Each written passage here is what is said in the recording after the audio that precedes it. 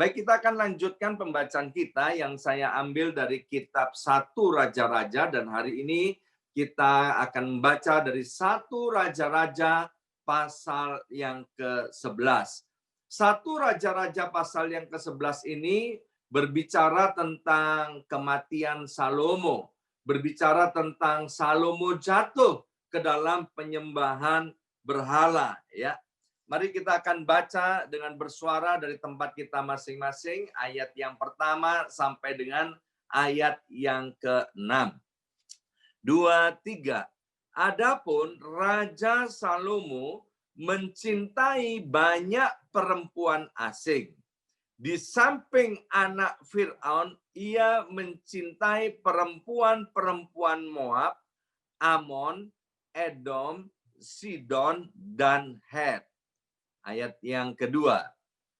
Padahal tentang bangsa-bangsa itu Tuhan telah berfirman kepada orang Israel, janganlah kamu bergaul dengan mereka, dan mereka pun janganlah bergaul dengan kamu, sebab sesungguhnya mereka akan mencondongkan hatimu kepada Allah-Allah mereka.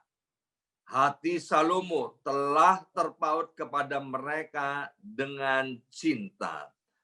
Ayat yang ketiga,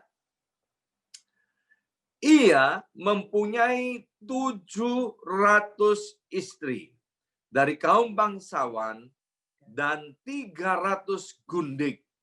Istri-istrinya itu menarik hatinya daripada Tuhan.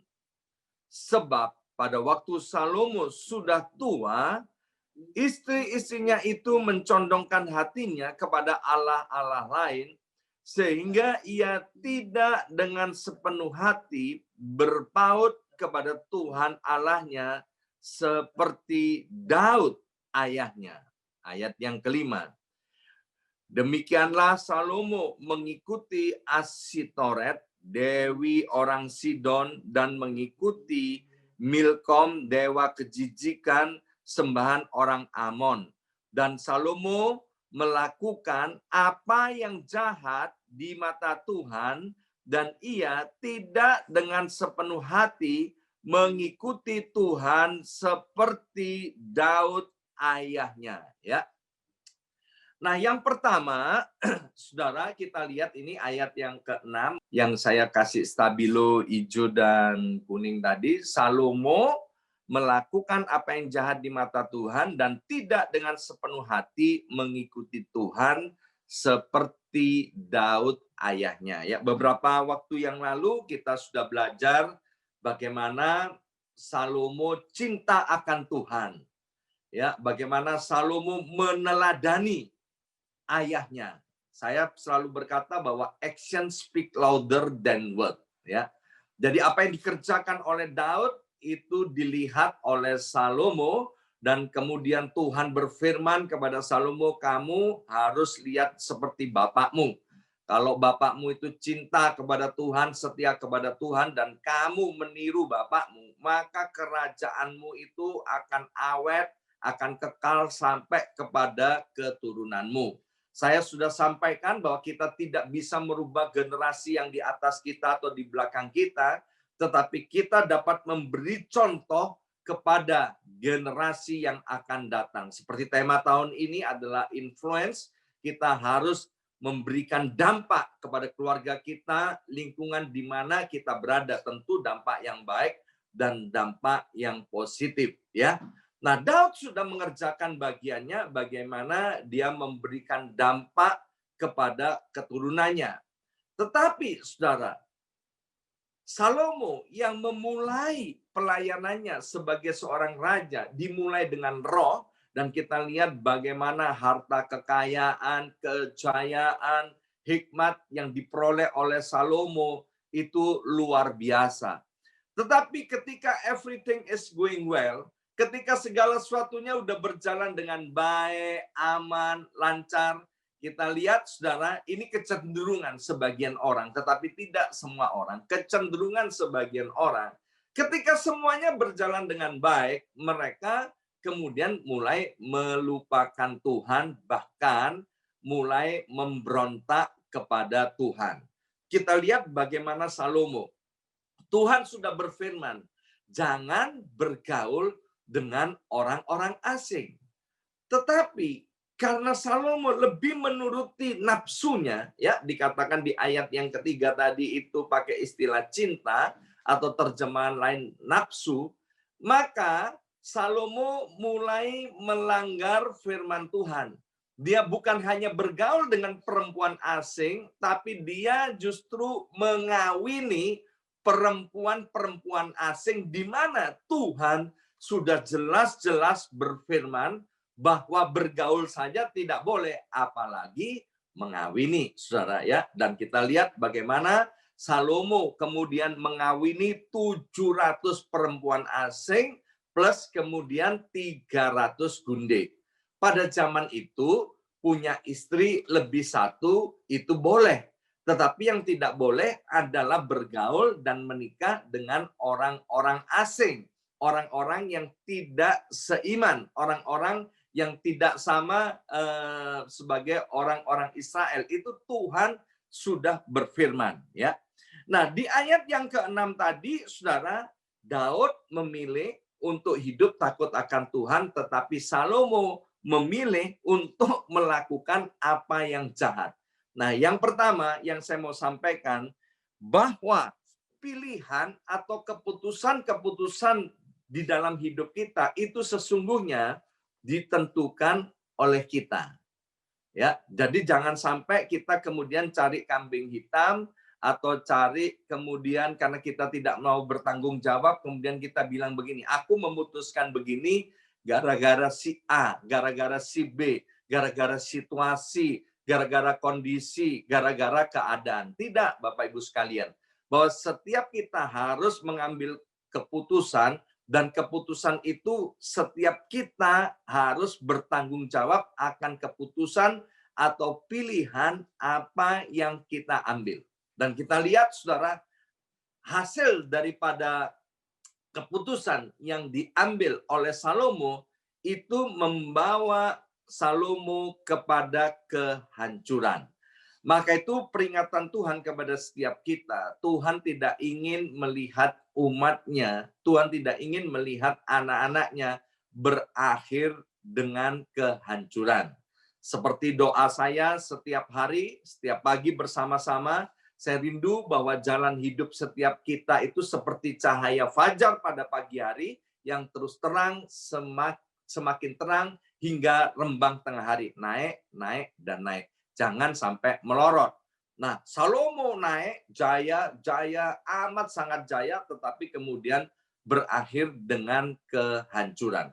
Itu yang pertama. Mari kita lihat hal yang kedua dari 1 Raja-Raja tadi, pasal 11 ayat 43, ya. Kemudian Salomo, ya ayat 43, kemudian Salomo mendapat perhentian bersama-sama dengan nenek moyangnya, dan ia dikuburkan di kota Daud ayahnya. Maka Rehabiam anaknya menjadi raja menggantikan dia. Mari kita lihat sekarang dari 1 Raja-Raja pasal 11 ayat 9 dan ayat yang ke-10. 1 Raja-Raja pasal 11 ayat 9 dan 10. Sebab itu Tuhan menunjukkan murkanya kepada Salomo sebab hatinya telah menyimpang daripada Tuhan Allah Israel yang telah 2 kali menampakkan diri kepadanya dan yang telah memerintahkan kepadanya dalam hal ini supaya jangan mengikuti Allah lain. Akan tetapi ia tidak berpegang pada yang diperintahkan oleh Tuhan. Nah, Bapak Ibu Saudara sekalian, bahwa Salomo tidak menjauh dari Tuhan secara tiba-tiba. Ya, sekali lagi, Salomo tidak menjauh daripada Tuhan tiba-tiba. Orang itu rohaninya menjadi suam tidak dimulai dengan tiba-tiba, ya. Orang jadi suam itu dimulai dengan pelanggaran pelanggaran kecil. Indonesia punya pepatah yang bagus sekali, ya, dikit-dikit atau kecil-kecil lama-lama jadi bukit, ya. Dan itu yang terjadi, saudara, atas Salomo. Kesalahan pertama dimulai ketika dia mengawini putri daripada Raja Fir'aun orang Mesir itu, ya. Dia ngawinin itu. Kemudian melanggar lagi, padahal nggak boleh kan sama perempuan asing. Nah, mulai dari yang kecil-kecil itu, Salomo bergaul dengan perempuan-perempuan asing, dan kemudian, saudara, selama bertahun-tahun dosa yang kecil itu tidak pernah dibereskan, dan kemudian, saudara, itu terus bertumbuh, dan kemudian menghancurkan kehidupan daripada Salomo, ya. Bapak Ibu sekalian, kita punya musuh yang tidak kelihatan, yaitu yang namanya roh jahat, setan, dan iblis. Dia itu selalu mau menjatuhkan kita dengan cara macam-macam, saudara, ya.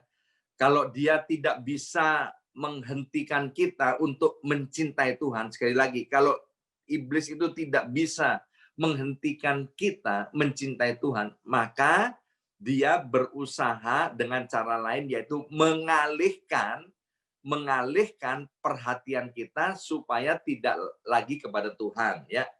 Kita punya istilah begini, bahwa orang jatuh karena 3 ta, harta, tahta, wanita. Wanita ini belakangan kemudian diterjemahkan nafsu atau seks, ya. Nah, 3 hal ini, saudara, kita bisa jatuh karena harta, karena tahta, atau karena wanita. Bicara tentang nafsu. Kalau iblis tidak bisa menghentikan kita, maka dia berusaha mengalihkan kita ini, yaitu agar supaya kita jauh daripada Tuhan. Dan Salomo itu kelemahannya itu soal wanita, saudara, ya. Dan kemudian dialihkan perhatiannya, dan kemudian dia mengawini banyak wanita asing itu, saudara, sehingga kemudian apa? Kemudian rencana iblis itu terjadi atas Salomo. Maka itu jangan sampai kita terkecoh dengan tipu muslihat daripada iblis. Mari, pesan Tuhan yang kedua, ketika kita ada dosa-dosa yang kecil, itu harus segera dibereskan, ya. Jangan sampai disimpan, saudara. Saya dengar khotbah siapa ya kemarin dulu itu soal unta, ya. Unta itu kalau pergi dengan majikannya, saudara, kalau malam sudah waktunya istirahat, maka unta itu tidak akan diparkir dekat dengan tenda majikan, ya. Itu unta akan diparkir jauh-jauh, saudara, ya. Akan diparkir jauh-jauh. Kenapa? Sebab kalau unta diparkir dekat-dekat dengan tenda itu, maka kalau malam hari kemudian dingin cuacanya dan unta itu berusaha masuk ke dalam tenda. Kalau kepalanya unta itu berhasil masuk ke dalam tenda, kepalanya saja, maka kemudian tidak perlu waktu yang lama, maka seluruh tubuh unta itu akan masuk ke tenda itu, dan tenda itu menjadi roboh, ya. Maka itu, saudara, dosa sekecil apapun, mungkin itu kemarahan, kebencian, sakit hati, pornografi, kebohongan, dusta, penipuan, dan lain sebagainya. Mari, kalau ada dosa, segera dibereskan. Kita lihat di dalam Amsal 13 ayat yang ke-13. Amsal 13 ayat 13 dikatakan begini. Amsal 13 ayat 13. Siapa meremehkan firman, saya stabilo hijau, ia akan menanggung akibatnya, ya. Siapa meremehkan firman, ia akan menanggung akibatnya. Tetapi siapa taat kepada perintah akan menerima balasan, ya. Jadi kalau kita meremehkan firman, saudara, kita pasti menanggung akibatnya, cepat atau lambat. Ya, sekali lagi ini jawaban buat Pak Akwang. ada pertanyaan, kenapa anak-anak muda tidak percaya akan kutuk ya? Nah, siapa meremehkan firman Tuhan, dia pasti menanggung akibatnya cepat atau lambat. Tetapi setiap orang yang taat kepada firman Tuhan atau perintah Tuhan juga akan menerima balasan atau upahnya. Nah, Amsal 28 ayat 13, saya menyebutnya Amsal 13 ini adalah double celaka, Saudara ya. Jalan keluarnya yaitu Amsal 28:13. Siapa menyembunyikan pelanggarannya tidak akan beruntung, tetapi siapa mengakuinya dan meninggalkannya akan disayangi, ya. Nah, pagi hari ini kita sudah belajar, Saudara, beberapa pesan Tuhan sehingga boleh menjadi pedoman buat kita pada hari ini, yaitu yang pertama, ya, bahwa setiap pilihan itu ada di tangan kita. Kemudian pesan Tuhan yang kedua, bahwa setiap dosa akan membawa kita kepada kehancuran. Dan pesan Tuhan hari ini, pesan yang ketiga adalah pertobatan itu merupakan jalan keluar daripada dosa. Pertobatan artinya mengakui, meninggalkan, dan melakukan sebaliknya. Mari Bapak Ibu sekalian, melalui pelajaran daripada Salomo, kita akan mengambil hikmatnya sehingga kita tidak kompromi lagi dengan dosa. Sekali cinta Tuhan, akan terus cinta Tuhan, dan saya percaya tahun 2021 hidup kita akan menjadi berkat dan kita juga tidak akan kekurangan berkat daripada Tuhan. Mari kita berdoa. Materaikan setiap benih kebenaran firman Tuhan, Bapa, dan Roh Kudus menolong kami untuk kami menerjemahkan dan melakukannya.